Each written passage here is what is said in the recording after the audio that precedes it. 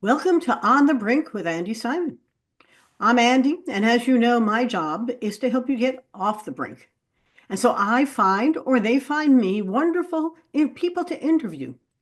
Their job is to help you see, feel, and think in new ways so that you can begin to rethink what you're doing and begin to understand it in a broader context. I'm honored today to have a wonderful gentleman here from Georgia, although at times in the US. Vladimer Botsvadze is an expert in AI. I'm going to read you his bio so you can understand why it's so important to listen to him carefully. But he's going to talk to you a lot about your personal brand in an age of AI and automation. How can you really be who you think you are so others can also find an authentic person there? It's going to be great fun. And I know you're going to enjoy the conversation. But who is Vladimer? With over 15 years of international experience, Vladimer stands at the forefront of digital transformation and marketing innovation in a world where digital transformation is not only an option, but a necessity. And I know too many marketers who are trying to figure out what do we do now. His mission is to empower organizations to harness the power of technology. And I love these words because I truly think to reinvent themselves and achieve a sustainable success. He is one of the world's leading thought leaders and keynote speakers in marketing, an impressive track record of empowering top brands, and he'll tell you about it when he tells you his own story. And he loves startups and institutes to navigate the complexities of a digital landscape. His recognition is quite overwhelming, awesome. He has numerous accolades underscore his influence, recognized as the #1 global marketing thought leader by Thinkers 360. He earned recognition as the #4 internet marketing guru in 2023. That puts him among Jim Clear, among others, who I just love. His impact is further illustrated by his inclusion in the world's official top 21 artificial intelligence speakers in 2024.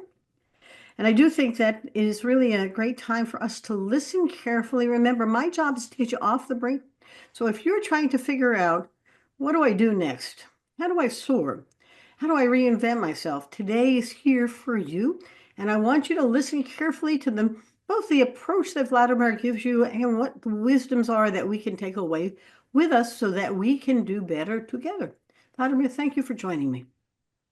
Dear Andrea, thanks for this lovely introduction invitation. I truly appreciate it, and I'm delighted to be a guest on your podcast and to share my actionable insights with your amazing audience.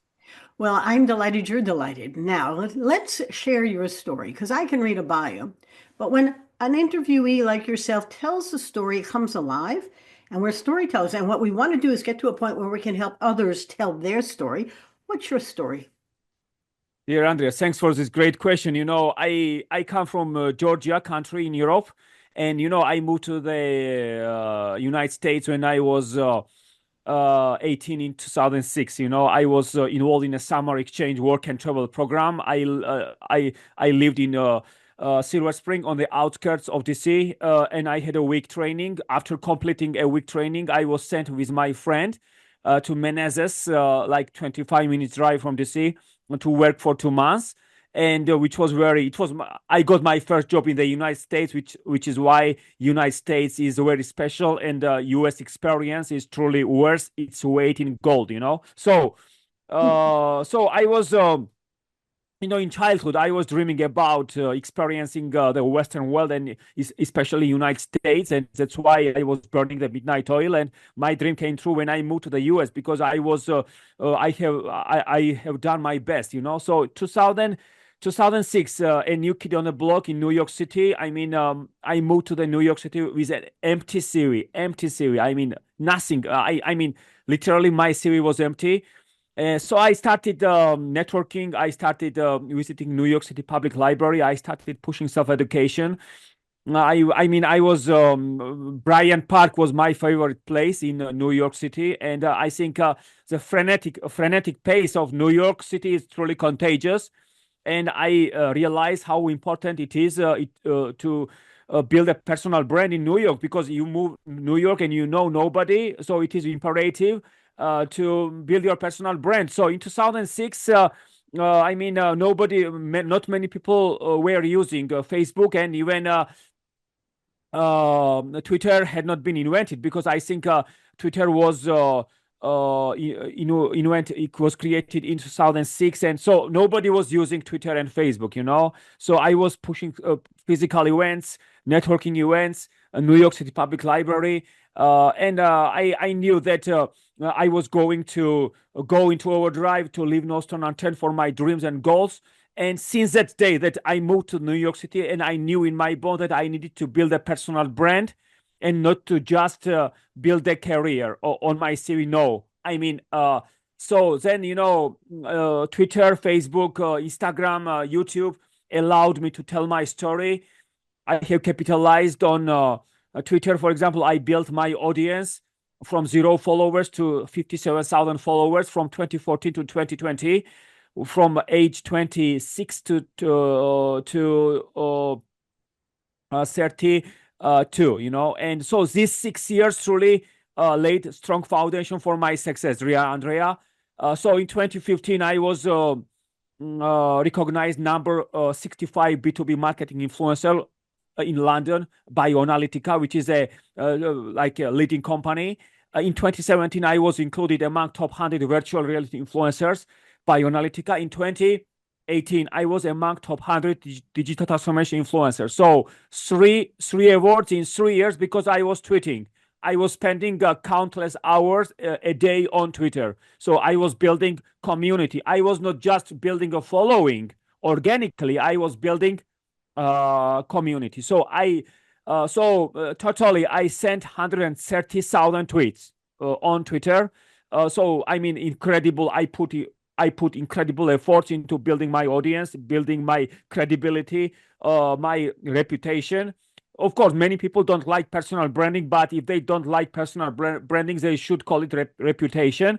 So in 2019, I was recognized number 6 global AI influencer by Thinkers360, which is the first open platform for global thought leaders based in Texas. And in a year later, in 2020, I was recognized number 1 global marketing thought leader by Thinkers360, which is the best achievement in my career, because incredible achievements. I was going from strength to strength, and I was going into overdrive. So in 2021, I was invited as a judge for the Digital Revolution Awards in the UK for the first time in my career in the UK, and I judged nominations such as Outstanding Contribution to the Microsoft Ecosystem and Tech Star of the Year. So in 2022, I was a judge for the Stewie Awards, American Business Awards, and I was a member of marketing judging committee of the American Business Awards. Remarkable achievement. So I was also interviewed by Engati, which is an Indian charitable platform. In 2022, 2021, I was interviewed by Irish Tech News podcast. It was my third or fourth podcast appearance. And then in 2022, in January, I had only 3-4 podcast interviews on YouTube. But from 2022, January 2025, in 3 years, I have more than 60 podcast interviews, because I have gained momentum, So I have made a breakthrough as a speaker.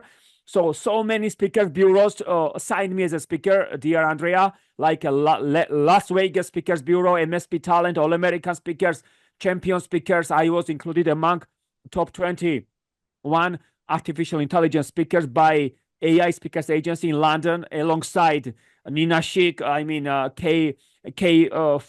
Fit Butterfield, Sam Altman, who is a CEO of OpenAI, and many, AI pioneers are included on this list, So why? Because I have been very consistent. And when it comes to AI, Thinkers360, as I mentioned, ranked me number 6 global AI influencer in 2019, number 14 in 2021, number 16 in 2022, and number 18 in 2023. I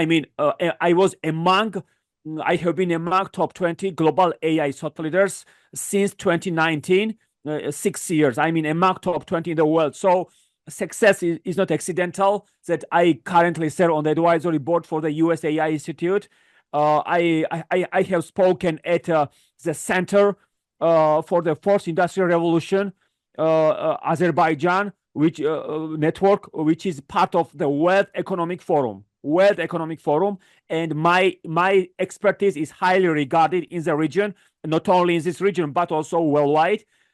So in 2022, I was invited as a speaker to Global Marketing Summit alongside Philip Kotler. I was interviewed by American Marketing Association, Boston, which described me as a world-class marketing consultant. Then, I became a judge for the Webby Award in 2023, a mentor at Techstars in 2023. So I'm now a Seoul champion at MIT Seoul, and I have mentored Namibia-based startup in fintech, through MIT Seoul. So I shape the next generation of entrepreneurs through my expertise at different accelerators at Techstars, MIT Seoul, Founder Institute. I'm also a mentor at UCLA Anderson's Venture Accelerator, and I truly take great pride in my work, I didn't want to stop you. You are on a roll. You've had quite a career in a very short period of time, and you've crafted your own story and a community. I think the words you choose are very powerful. So help my audience understand what you see and how does it feel to be part of this technological revolution that's going on. As you've been on 60 podcasts, I'm not going to, give you 3 questions to answer, but you are seeing something as a thought leader that they need to know about. So what are the major trends that you can share with them that we should pay attention to?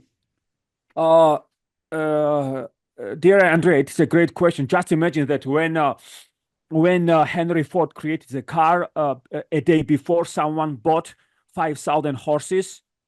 And he lost, right? Because he bought horses the day before Henry Ford created the car. The same is happening because they saw that horses were not going to be replaced, so they lost, right? So in 2006, when I was working in Menezes, Westgate, Virginia, I used to see Blockbuster stores, and even Blockbuster board members did not buy Netflix for $50 million. They went out of business, and 62% of Fortune 500 brands have disappeared from the list since 2000. Dear Andrea, 62% of Fortune, because they are boardroom centric, they are competitor centric, they are not consumer centric. So customer centricity is a be all and end all nowadays, dear Andrea. So nowadays, as you know, trust in businesses declined like 15 years in a row. Marketers control consumers control the marketing process because customers tell brand stories, and nobody believes those ads. So it is a tough time for global brands to win attention and retaining attention. So I still believe that retaining lifetime value and retention are everything, dear Andrea.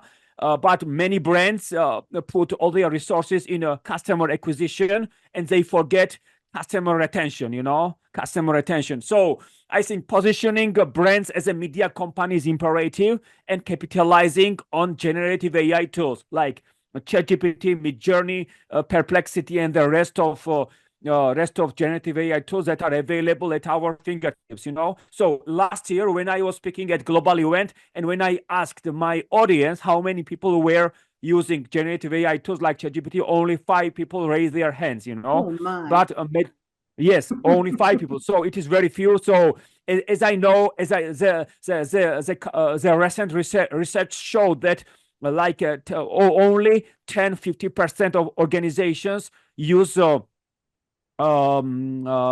generative AI tools for marketing purposes. The vast majority are not using generative AI to their fullest advantage.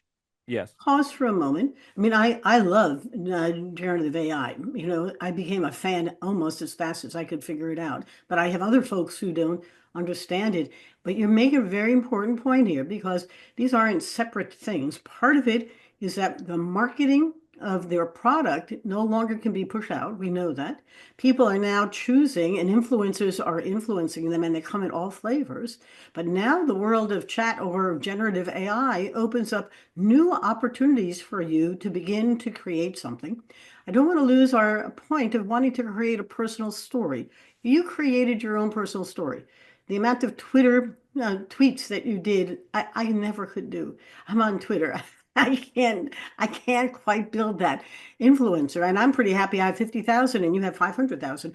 It's very interesting to watch now the whole nature of deciding and buying and influencing changed.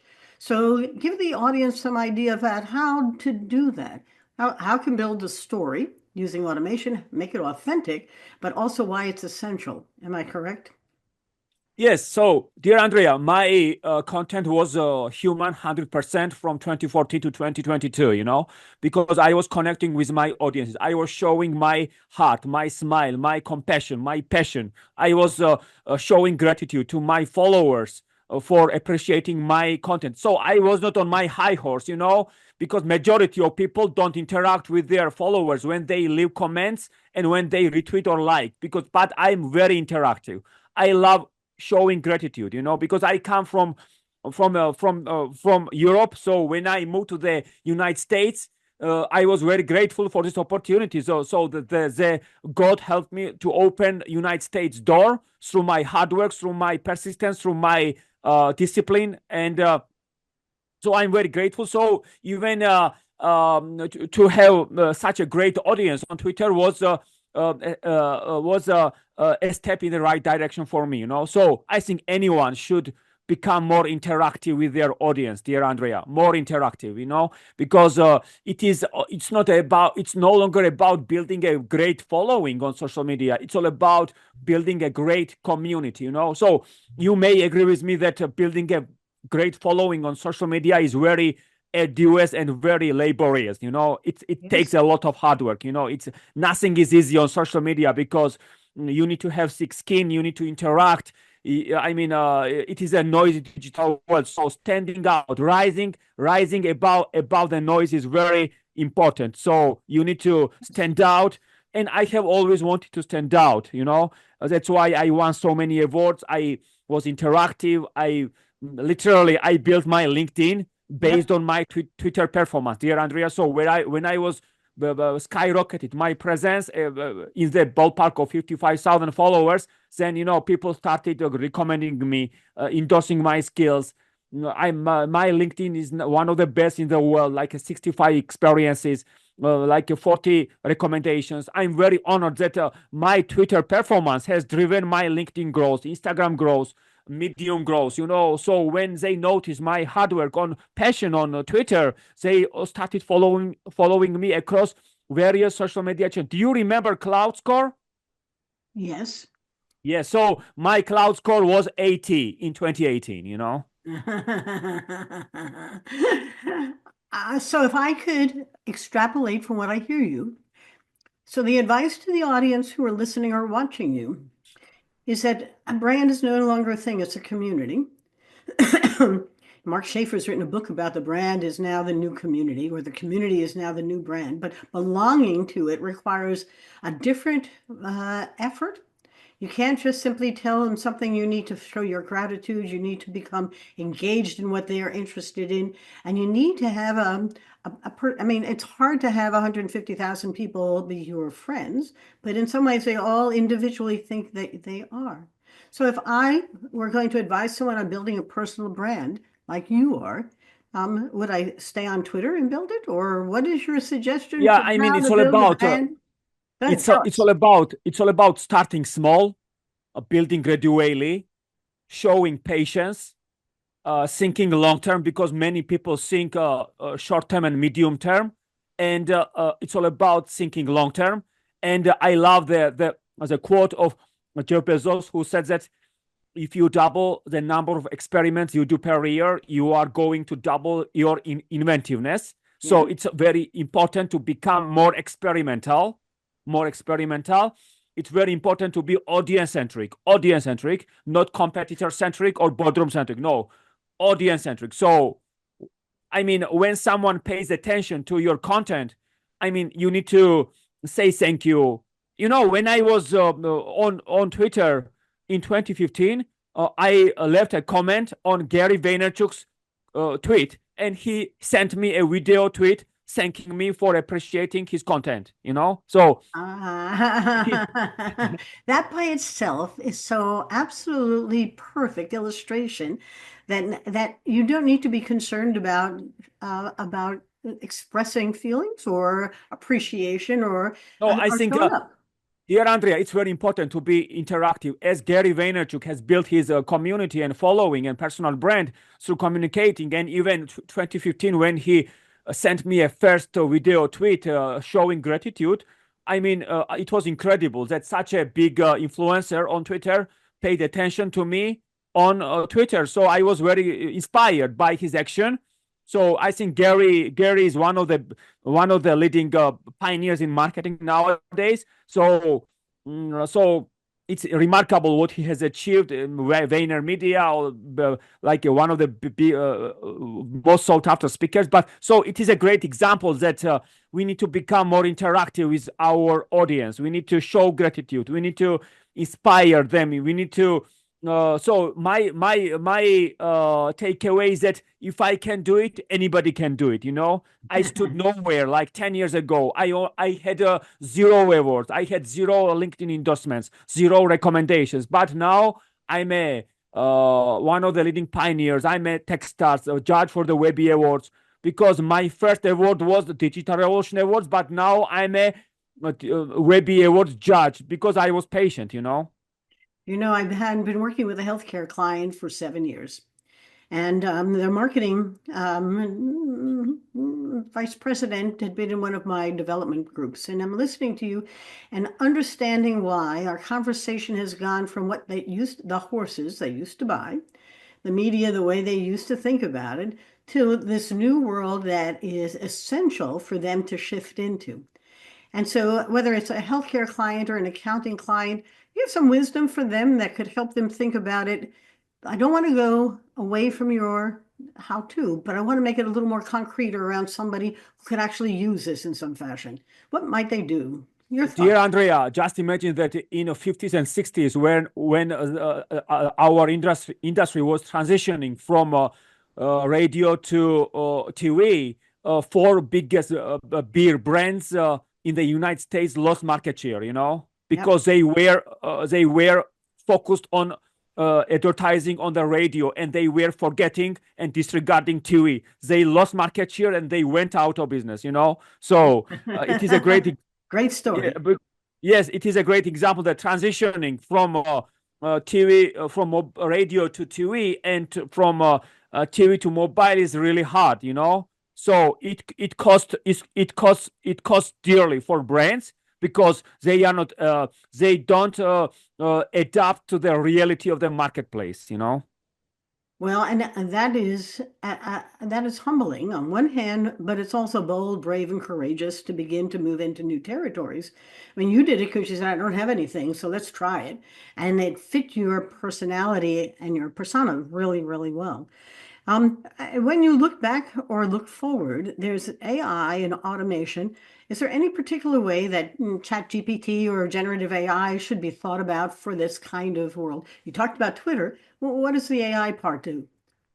I think it is predicted that 90% of internet content will be generated by generative AI in the foreseeable future, dear Andrea. 90% of internet content is expected to generated by AI. So I think it is like it is like anyone should adapt to this reality of the marketplace, and they should start striking while the iron is hot, and start connecting, creating content, because there is a battle going on among the American brands to win consumers' attention nowadays. Everyone is trying to position themselves as a media company because advertising is on the decline. I mean, nobody believes those ads. Advertising steals our time. So even consumers, I'm willing to pay more not to consume ads, you know. So it is great indication that it's all about building a great authentic experience with your brand and to showing your passion, to showing your personality. And I agree with Brian Kramer, who is a pioneer in marketing. So it is H to H, human to human, not like a B2B or B2C, because it is all about human to human. So human interaction is of paramount importance. So brands that prioritize their consumers literally winning in the long term. I couldn't agree more. And what I'm smiling about is that almost all my stuff now comes off chat, and I have a delightful relationship. Whoever is chat, I say please and thank you, and I ask how are they today. It's a very strange world that's emerging, and I like them a lot better than my staff. And I don't need staff the same way I used to.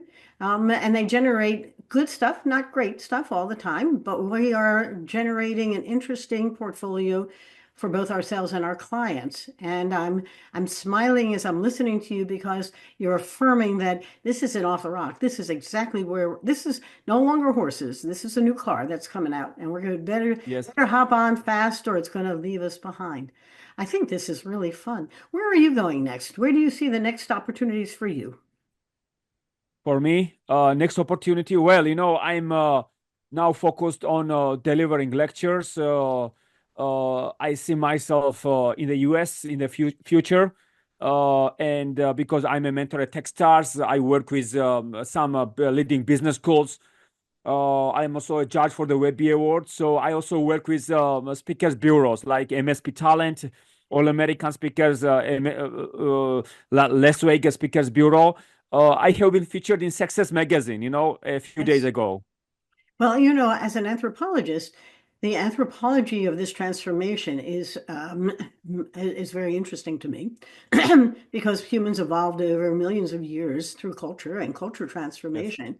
And what you're talking about is a major transformation in what we do, how we do it, and how we influence each other to belong to something. Humans are also herd animals. We want to know who else is doing this like us. And Yes. and so, just simply you responding to somebody becomes part of this community building. That's quite interesting. Yes. Um, So I think internet has allowed me to put myself on the global map. I have now one of the most dominant profiles. I'm very thankful to my community, to my audience, to podcast hosts and everyone. In the entire industry for allowing me to tell my story. And even when I was interviewed in Success Magazine a few days ago, well, featuring in a Success Magazine has taken a lot of hard work, but I take great pride in my work because my journey has been authentic. I'm a lifelong learner, and everything is possible if you show more resilience, if you are flexible, if you are agile, if you show curiosity on a daily basis, and you are in the listening business, because I'm in the listening business, dear Andrea. Before I start speaking at global events, I listen to my audience. I interact with them, whether it is Instagram, Twitter, LinkedIn, Medium, or wherever I have my presence. I always tell, ChatGPT levels a playing field. Nowadays, everyone has the same chance of succeeding. It's all about taking massive action. I know, Vladimir, 6, 9 months from now, we should talk again because I have a hunch that what is today is going to be transformed again and again, and we'll be seeing new opportunities. Creative and curious humans are going to take this to a new stage, and that's going to build a new world that I'm just fascinated. And one thing that I do hope is that somehow we get away from the sensationalizing it, the fake everything. I often say there's no truth. The only truth is there's no truth, and that we live in an illusion or a fake reality that we have to be careful of, that we don't let it destroy us, that the reality that we create in our stories have to be authentic. And that word you Yes. used when we were talking earlier is an authentic. You've given us your authentic story. Any wisdom on how to keep authenticity as the foremost important thing here? Yes, I agree with you, dear Andrea, because I was born in the late 80s, and I experienced this Web 2, and now we are moving to Web 3. So I think I have been curious. I did my bachelor's degree in computer engineering, which was which sets the stage for my exponential growth. I was curious. I remember my presence on MySpace. Then I was very inspired by when Twitter emerged, and I truly loved Twitter as a communication tool. And Twitter gave me a passion for communication. And so, I mean, I went from 0 followers to 57,000 followers, which allowed me to be a guest on podcasts, to be featured in magazines, to speak at global events, and even to become a judge. And in the future, even I'm going to be a lecturer in the US. So I believe in giving back, and I always want to inspire other people to take action. You know, your audience is going to look forward to hearing from you. And from this podcast, I'm anxious to get my audience to know who you are. One or two things you want them to remember that they are good takeaways that they can walk away with and enjoy, or at least feel comfortable that they're on their way somewhere to an authentic new story and a new personal brand. Any thoughts? Yes. Well, first, they need to give more than they take, because they need to be givers than takers. Love it. Yes. Second is to uh, choose optimism in life, because I believe that optimistic people create a brighter future. And my third takeaway is to think long term, because it's all about if anyone wants to build a personal brand or build something meaningful, they should forget to keep up with Joneses for a few years, and to reinvest every penny in their business, you know, Yep. every penny. So, Now, long so term for many clients is next week. So you have a very different message to say. It is yeah, not so next week. so as I built my personal brand, so I reinvested my last dollar into my website. Now, if you Google digital transformation keynote speaker, my website is on page one, dear Andrea, I on think page we one. got it. Well, Yeah, you so and Google love it's all you. about building a personal brand. It's all about building emotional connection. It's all about giving 150% day in and day out, and to be consistent, because consistent action creates consistent results.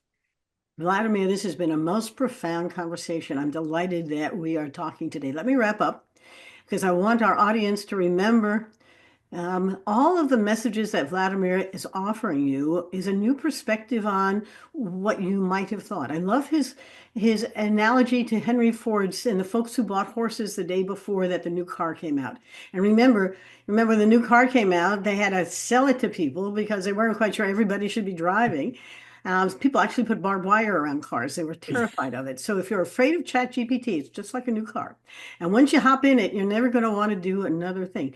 But some messaging that's real important here is that use chat to create your story. Use it to help you populate the world of social.